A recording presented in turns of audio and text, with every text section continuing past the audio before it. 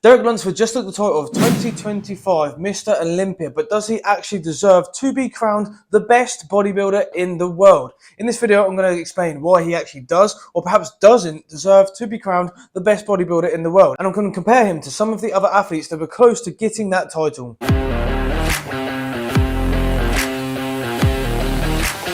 Coming into the show, a lot of the athletes was given it a lot of talk saying that they are going to be the next Mr Olympia. Of course, they have to back themselves, but the actual results went like this. Derek came first, as we know. Then, closely second was Hadi Choopan, and then it was Andrew Jack, and then it was Samson. Okay, let's go straight in with a comparison. So Derek obviously has a lot of fullness. That obviously is on his side. However, let's compare him to the close second, which was Hadi. Hadi is always on conditioning. As you can see, they are around the same height, so it's quite easy to give that sort of comparison. However, in these shots, you can see that Hadi actually probably has more conditioning than Derek. Now, it becomes a game of what do you reward more? Do you reward the conditioning slightly more, or the ever so slightly extra mass that Derek has? Protein. Obviously, it's the most subjective sport in the world, so it's ultimately down to the judges. But my personal opinion, I would be rewarding this conditioning slightly over the mass, because in all of the shots, as you can see from the front here, Hadi actually has better conditioning in his midsection. Even when I was watching the live stream and they were going through the poses, in between, changing from pose to pose, you can see that Hadi's midsection is a lot more conditioned than Derek. Even from the back, Hadi has got more conditioning. You can see it through the calves, through the hamstrings, obliques, striations in the shoulders. And in Derek's physique, yes, he's obviously conditioned to a relatively high standard. However, there's not that many striations in his shoulders, and there's not many striations at all in his bicep, which I'll actually get onto now. A massive point of controversy over the last week, after Derek has won the Mr Olympia, is his biceps. If you actually compare his biceps now to any of the top 4 competitors, you can see that he definitely has the worst biceps on that stage. You can see they actually don't have the size, and they actually lack the detail. There's not much separation in between the tricep and the bicep, unlike everybody else on the stage. And the condition of the bicep itself is not very conditioned. It just looks quite bubbly, quite watery. So how has that been deemed the best bodybuilder in the world? How has he then won the Mr Olympia, which is the most elite competition in the world, with them biceps? Oh no, it's good. Good. It would have to mean that the rest of his overall package was that far beyond the people that he was competing against, that the lack of his biceps and the lack of conditioning his biceps didn't actually matter that much, because he was so far beyond in all the other aspects. Now, was that the case? I'm not too sure. Let's now compare Derek Lunsford to Andrew Jack, which actually came third in this competition. Andrew Jack actually brought a phenomenal package to the 2025 Mr Olympia, and this is how he looks against the winner, Derek Lunsford. In my opinion, again, he actually slightly has the conditioning over Derek Lunsford because of the lack of the detail in the shoulders and in the biceps and that top half. I think we can agree that Andrew Jack is probably still beating him on that conditioning and the shape itself. And you can see from the back here, Derek Lunsford obviously has a very good back double bicep, and the back lat spread. He has a big, phenomenal back with a lot of mass. So yeah, of course I'm going to give him credit on that. And maybe I am a bit biased in saying that Andrew Jack probably outposes him, because being classic physique myself, I like the aesthetic looking physique. And personally, I think Andrew Jack brings a more aesthetic physique than Derek Lunsford. Rear lat spread. Who does ChatGPT winning the rear lat spread? Back lat spread, as ChatGPT calls it. Number 11. Number 11, back lat spread. Again, width and taper win. Number 18's back is thick, 100%. Derek has a thick ass back.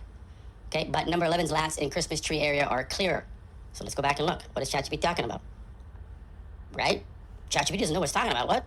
Dave? Bob? What the hell? Is this AI? Is Matt kidding me? He has no credibility. Let's take a closer look.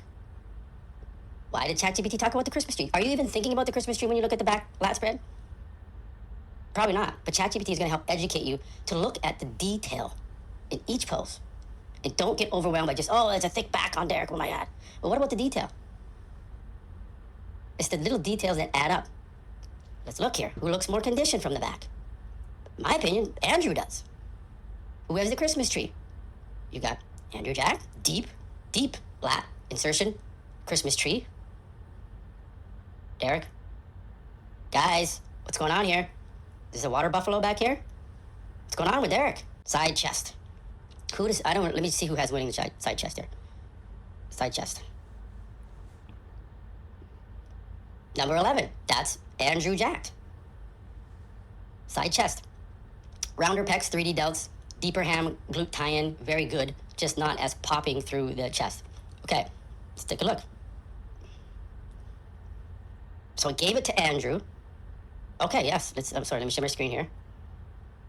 Let me zoom in so we can really get the detail here.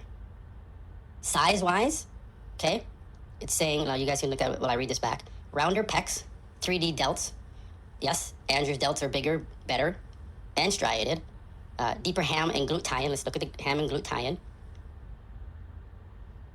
Let's get into detail here, guys.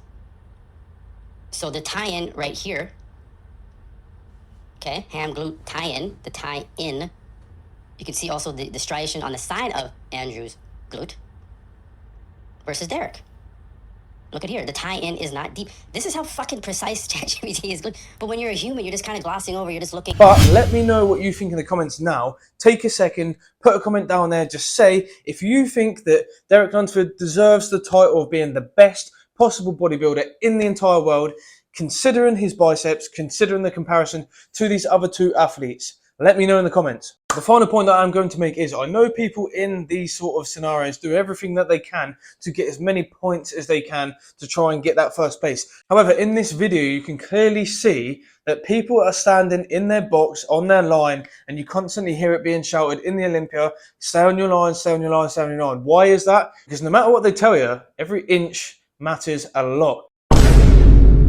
So what I mean by that is, if you are standing literally a couple of inches in front of someone else, you're going to look 10 pounds of muscle bigger, 5 kilograms of muscle bigger, probably if you're standing a couple of inches in front, a couple of inches in front.